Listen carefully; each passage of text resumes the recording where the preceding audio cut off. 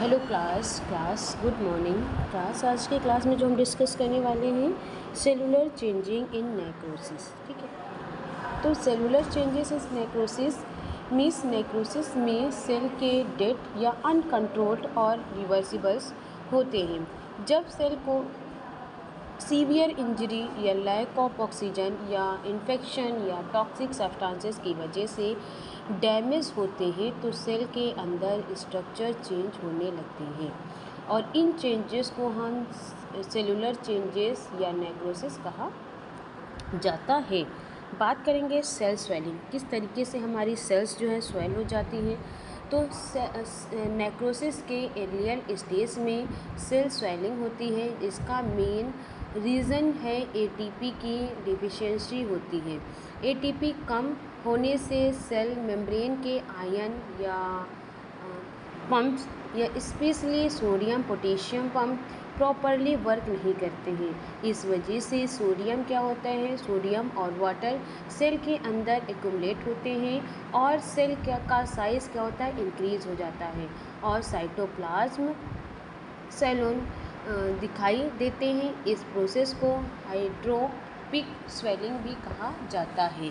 जैसे कि स्पंजर्स अपनी एब्जॉर्ब करके फूल जाती है तो वैसे ही डैमेज सेल वाटर एब्जॉर्ब करके स्वेल हो जाती है। ठीक है, अब बात करेंगे rupture of plasma membrane. Rupture of plasma membrane ये भी हमारे सीवियर नेक्रोटिक इंजरी में प्लाज्मा मेम्ब्रेन डैमेज होकर इवेंचुअली रप्चर हो सकती है और नॉर्मली प्लाज्मा मेम्ब्रेन सेल के अंदर एक कंपोनेंट्स को बाहर क्या होते हैं मिलने से रोकती है। लेकिन जो है नेक्रोसिस में मेम्ब्रेन की आइडेंटिटी डिस्ट्रॉय हो जाती है। मेम्ब्रेन रप्चर होने के बाद सर्कुलर जो है कॉन्टैक्ट बाहर लेते हैं बाहर रिलीज़ करते हैं। ये जो होता है रिलीज्ड सब्सटेंसेस सराउंडिंग टिश्यू में इन्फ्लामेशन टारगेटेड करते हैं। नेक्रोसिस में मेम्ब्रेन रप्चर्स और लीकेज की वजह से इन्फ्लामेशन कॉमन होता है। बात करेंगे माइटोकार्डियल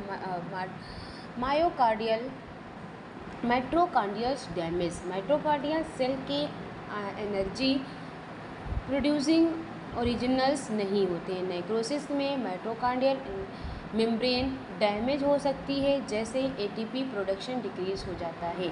एटीपी की सीवियर डिफिशिएंसी के कारण सेल अपने नॉर्मल फंक्शंस मेंटेन नहीं कर पाते हैं और मायोकार्डियल डैमेज के साथ रिएक्टिव ऑक्सीजन स्पीसीज जिसको हम ROS भी इंक्रीज हो जाते हैं, जो प्रोटीन लिपिड और DNA को फ्यूचर्स डैमेज करते हैं।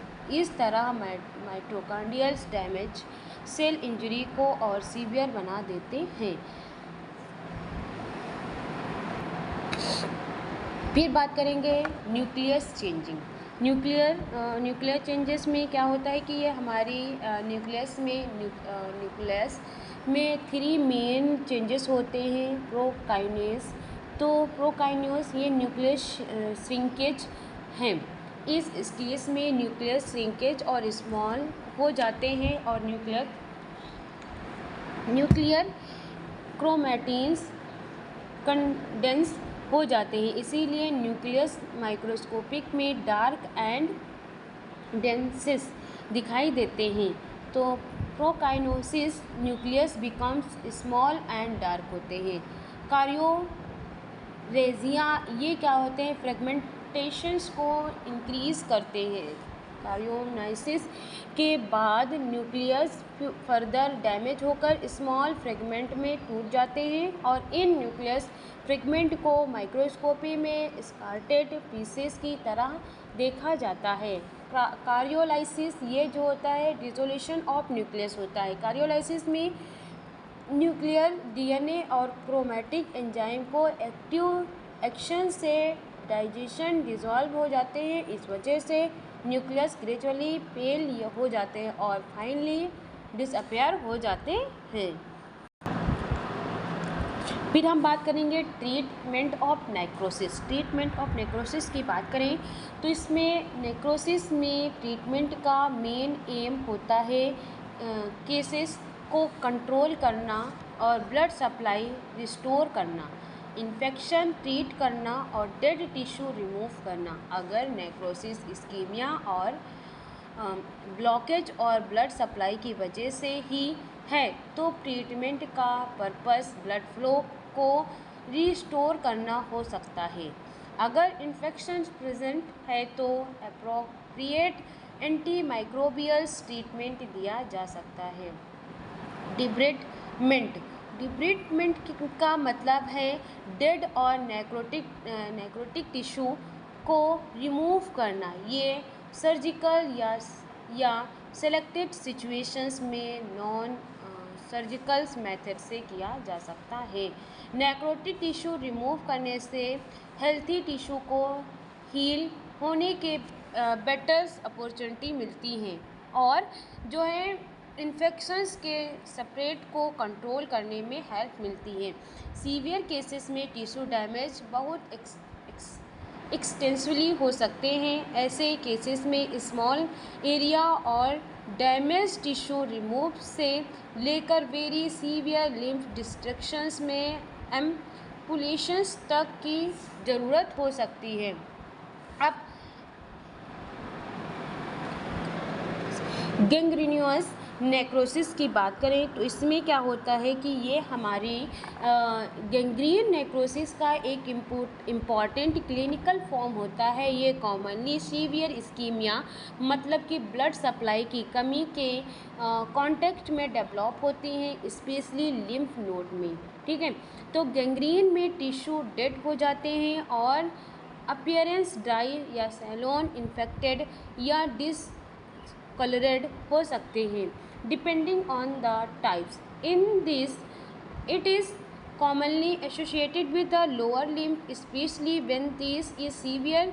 Peripheral arteries decrease is can also affect the tissue, particularly when in the ischemia and infection occurs together. Okay, बात करेंगे टाइप ऑफ गैंग्रीन की तो इसमें ड्राई गैंग्रीन मतलब कि ड्राई गैंग्रीन में कोगुलेटिव नेक्रोसिस एसोसिएटेड विथ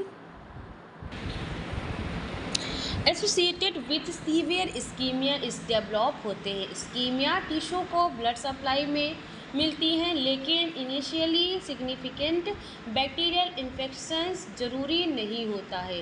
ये कॉमनली फीट एंड टूस में दिखी जाती हैं, specially severe peripheral and arteries disease में।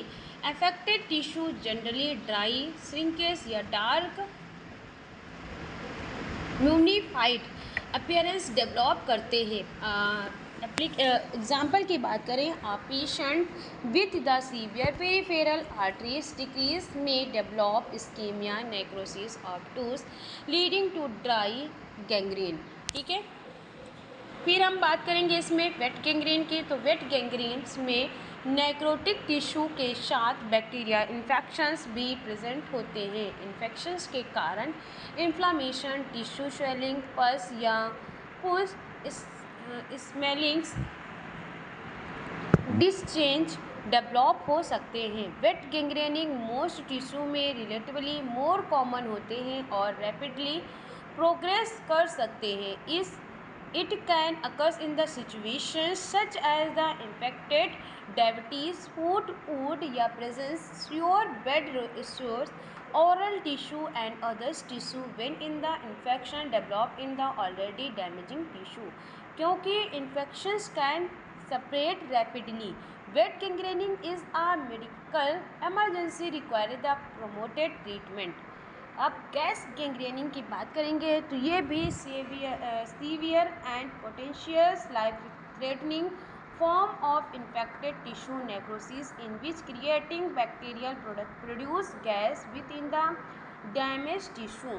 ठीक है, इसमें क्या होता है कि classically it is the associated the constituents species and particularly जब पेशेंट में सीवियर पेन या स्वेलिंग या टिश्यू डिसकलरेशन या systemic toxicity and sometimes creating the sensations called in the क्रिएटिस डेवलप हो जाते हैं, तो gas gangrene can the progress very rapidly and comes fatal is not treat the gradually. ठीक है, नेक्स्ट हम बात करेंगे इसमें कॉजेस ऑफ गैंग्रीन की बात करें तो ये हमारा जो गैंग्रीन है तब डेवलप होता है जब किसी टिश्यू को एडिक्वेटेड ब्लड सप्लाई नहीं मिलती है और टिश्यू इवन नेचुरली डाइट हो जाती है, जिसकी साथ इन्फेक्शन भी हो सकता है। और स्पेशली वेट गैंग्रीन में गैंग्रीन कॉमनली फिंगर या टूस या फीट या अदर्स टिश्यू को अफेक्ट कर सकते हैं। अब इसके कॉज की बात करें, कारण की बात करें तो ischemia, lack of blood supply. तो इस्कीमिया का मतलब है टिश्यू तक सफिशिएंट ब्लड सप्लाई ना पहुंचना। तो ब्लड के थ्रू सेल को ऑक्सीजन और न्यूट्रिशन मिलती है।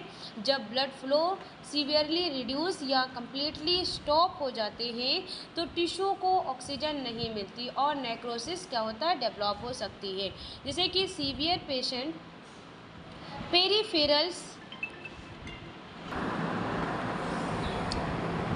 तो इस्कीमिया इसमें ब्लड के थ्रू सेल को ऑक्सीजन और न्यूट्रिशन मिलती है। जब ब्लड फ्लो सीवियर रिड्यूस या कम्प्लीटली स्टॉप हो जाते हैं तो टिश्यू को ऑक्सीजन नहीं मिलती और नेक्रोसिस डेवलप हो सकती है। ठीक है, तो इसमें क्या होता है कि सीवियर पेरीफेरल्स आर्टरीज डिसीज़ में फुट या टूज की ब्लड सप्लाई कम होने से ड्राई गैंग्रीन हो सकती है। ठीक है, फिर हम बात करेंगे severe burn and scald and cold. तो severe burn scalds and tissue को डायरेक्टली डैमेज कर सकती है और एक्सटेंसिवली टिश्यू इंजरी के बाद ब्लड वेसल्स भी डैमेज हो सकती हैं, जिसकी वजह से लोकल ब्लड सप्लाई या फर्दर डिक्रीज हो जाती है। सिमिलरली एक्सट्रीम कोल्ड या एक्सप्लोर टिश्यू टाइम में ब्लड वेसल्स को सीवियरली कॉन्स्ट्रिक्ट कर सकते हैं और प्रोलॉन्गेस्ट कोल्ड इंजरी में टिश्यू डैमेज और नेक्रोसिस हो सकता है। ठीक है, नेक्स्ट हम बात करेंगे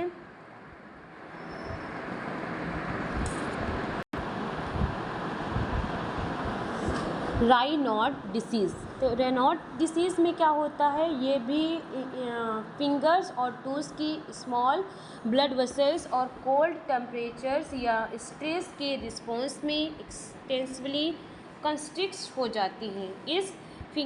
इससे फिंगर और टूस के एंड में ब्लड सर्कुलेशन टेम्परेली रिड्यूस हो जाता है। कोल्ड वेदर्स में अफेक्टेड फिंगर्स टूस का कलर चेंज हो सकता है, कॉमनली जैसे कि white, blue, red. Severe prolonged circulation problem में टिश्यू डैमेज को रिस्क इंक्रीज हो सकते हैं। फिर हम बात करेंगे इसमें डायबिटीज़। तो डायबिटीज़ गैंग्रीन का इम्पॉर्टेंट रिस्क फैक्टर्स होता है। Long time high blood glucose या ब्लड वेसल्स और नर्वस को डैमेज कर सकते हैं। रिड्यूस सर्कुलेशंस के साथ रिड्यूस सेंसेशंस भी हो सकता है, इसलिए फूड में स्मॉल इंजरी या एंकल होने पर पेशेंट को इंजरी का पता लेना चाहिए। ठीक है, अगर वुड इन्फेक्शन हो जाए और हीलिंग पुअर हो जाए तो नेक्रोसिस और गैंग्रीन डेवलप हो सकते हैं। ठीक है, फिर हम बात करेंगे इसमें इंजरी ये सीवियर ट्रॉमा और इंजरी ब्लड वेसल्स और टिश्यू को डैमेज कर सकते हैं। अगर इंजरी की वजह से ब्लड वेसल्स रैप्चर या कंप्रेस या सीवियरली डैमेज हो जाए तो अफेक्टेड टिश्यू में ब्लड सप्लाई डिक्रीज हो जाते हैं।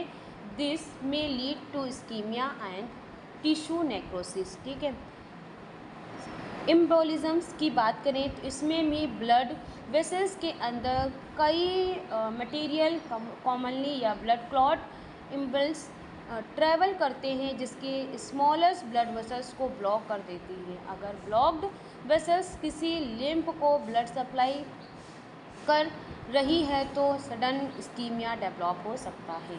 Severe and prolonged ischemia can resulting in tissue necrosis and gangrene. ठीक है।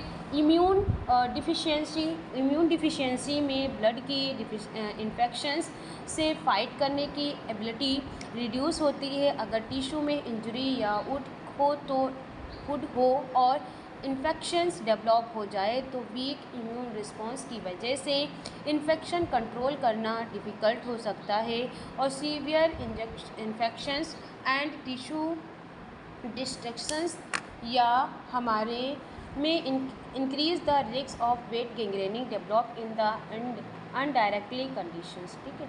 सिम्टम्स ऑफ गैंग्रीन की बात करें तो स्किन डिसोल्यूशंस। गैंग्रीन में अफेक्टेड स्किन का कलर चेंज हो सकता है। कलर टिश्यू की कंडीशन और गैंग्रीन के टाइप पर डिपेंड करता है। ठीक है। जैसे कि स्किन में क्या होता है, पेल या फिर ब्लू या पर्पस या ब्लैक या रेड या ब्राउन हो सकती है। फॉर एग्जांपल सीवियर इस्कीमिया में स्किन इनिशियली पेल या ब्लूइश हो सकती है, वाइल एडवांटेजेस टिश्यू डेथ में produce the dark and black discolourations. ठीक। Swelling and bruises. Affected area में स्वेलिंग डेवलप हो सकती है। स्किन पर फिल्ड या ब्लिस्टर्स भी फॉर्म हो सकते हैं और particularly when tissue is damage is severe. Wet gangrene में इन्फेक्शंस की वजह से स्वेलिंग, इन्फ्लेमेशन और इस्कीमिया मोर प्रोमिनेटेड हो सकता है। Clean line between the healthy and damage skin. इसमें क्या होता है कि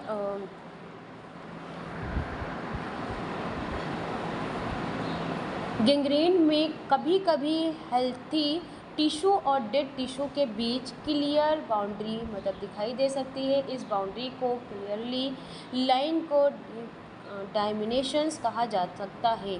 पर्टिकुलरली इन ड्राई गैंग्रेनिंग में हेल्थी स्किन नॉर्मल अपीयरेंस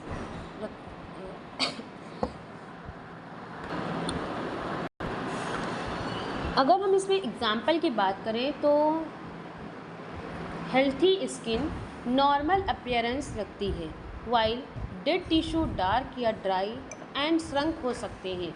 दोनों के बीच क्लियर दिखाई दे सकती हैं। Sudden severe pain follow by numbness. तो इसमें क्या होता है कि इंटेंसली टिश्यू इस्कीमिया की वजह से सीवियर पेन हो सकता है, लेकिन जैसे जैसे टिश्यू और नर्व सीवियरली डैमेज हो जाते हैं तो सेंसेशंस डिक्रीज़ हो सकती है और एरिया कम फील हो सकती है। ठीक है। पेन को सडनली डिसअपेयर होने पर नेसेसरीली इम्प्रूवमेंट नहीं होता। सीवियर नर्वस डैमेज की वजह से सेंसेशन लॉस भी हो सकता है।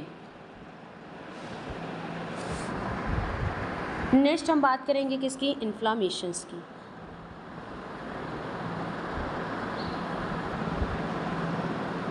तो इन्फ्लामेशन बॉडी का एक प्रोटेक्टिव एंड इफेक्टिव रिस्पॉन्स होता है जो इंजरी या इन्फेक्शन या टॉक्सिन या माइक्रो ऑर्गेनिज्म या अदर्स हार्मफुल स्टिमुलाई के रिस्पॉन्स में होते हैं।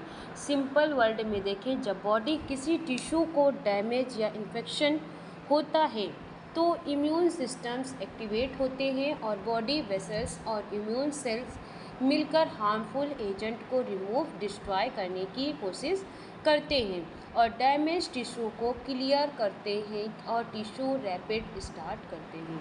इम्पॉर्टेंट, इन्फ्लामेशन खुद डिसीज़ नहीं है, it is the mainly a protective mechanisms, although the excessive or prolonged inflammations tissue damage भी कर सकते हैं। ठीक है।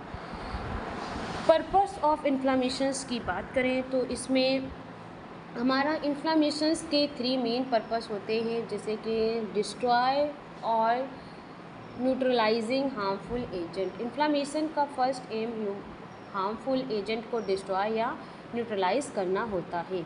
हार्मफुल एजेंट में बैक्टीरिया, वायरस या टॉक्सिन्स या केमिकल या फॉरेन सब्सटेंसेस इंक्लूड हो सकते हैं। बॉडी के WBC specially neutrophil and microphages harmful micro organism को आइडेंटिफाई करके डिस्ट्रॉय करने में हेल्प करते हैं। अगर किसी स्किन पे बैक्टीरिया इन्फेक्शन हो और इन्फ्लामेशन WBC को इन्फेक्टेड साइड पर अटैच करते हैं। ठीक है। Remove the damage cell. Injury के बाद कुछ सेल डेड या डैमेज हो सकते हैं। इन डैमेज सेल को रिमूव करना नेसेसरी होता है। इन्फ्लामेशन सेल और phagocytosis cell specially microphages damage dead cellular material को इंगल्फ करके रिमूव करते हैं। इस प्रोसेस को फेगोसाइटोसिस कहा जाता है। जैसे घर में डैमेज मटेरियल को क्लीन करके रिपेयर किया जाता है, वैसे ही बॉडी इन्फ्लामेशंस के थ्रू डैमेज टिश्यू को क्लीन करती है। ठीक है। फिर हम बात करेंगे begins tissue repair. Harmful agent remove होने के बाद body tissue repair and healing start करती है।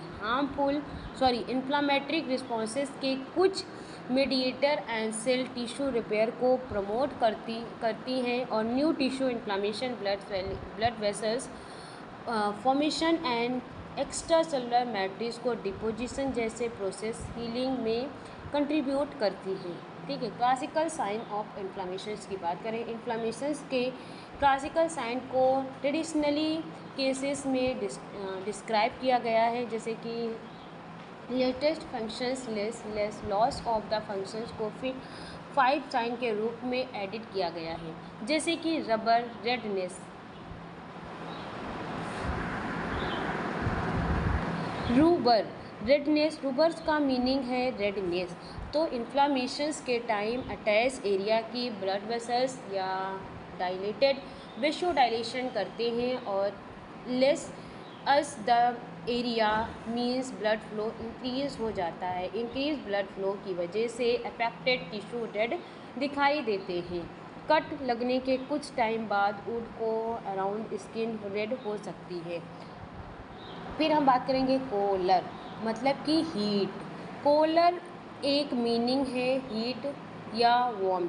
तो इन्फ्लामेटेड एरिया में ब्लड फ्लो इंक्रीज होने के कारण लोकल टेम्परेचर इंक्रीज हो सकते हैं, इसीलिए इन्फेक्टेड एरिया सराउंडिंग टिश्यू की कंपैरिजन में वार्म हॉट फील हो सकते हैं।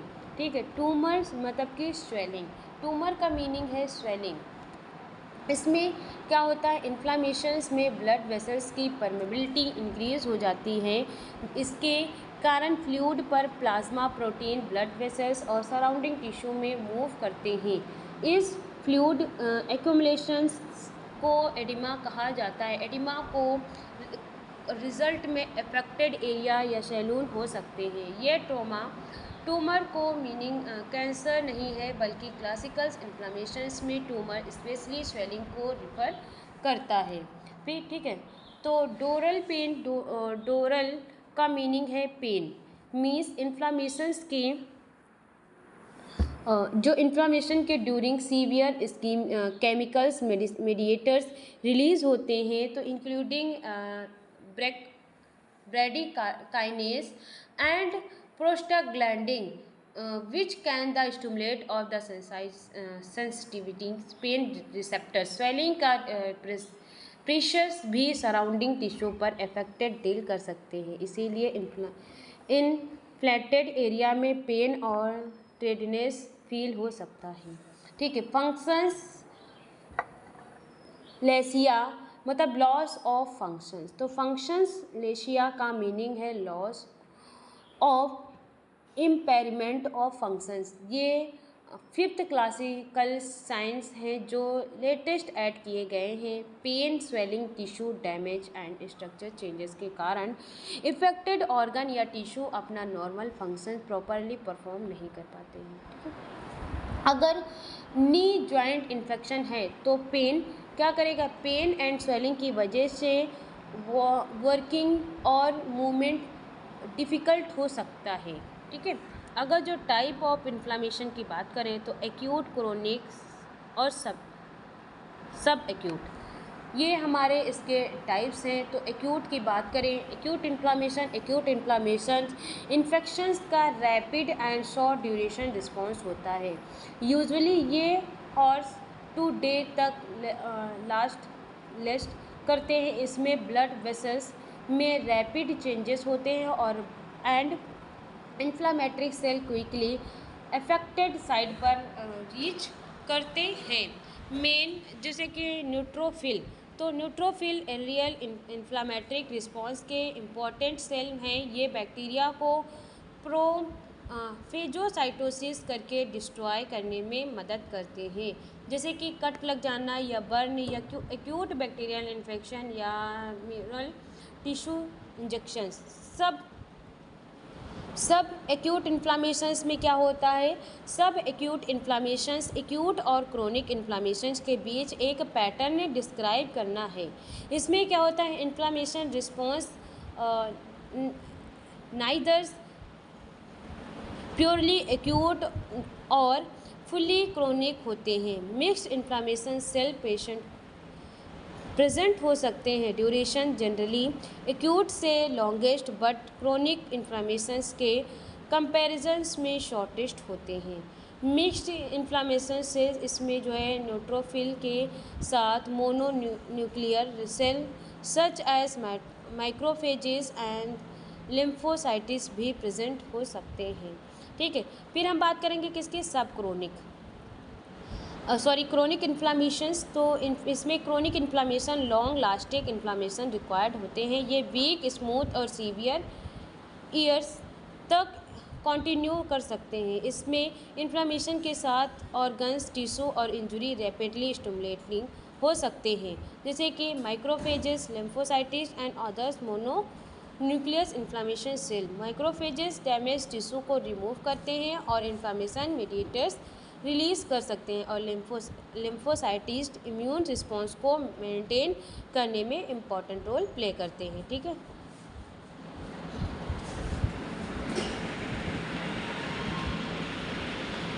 फिर हम बात करेंगे कि कंपोनेंट्स ऑफ इन्फ्लामेशन। क्लासेस को हम नेक्स्ट क्लास में डिस्कस करते हैं। क्लास को यहीं पे एंड कर रहे हैं। Thank you so much class.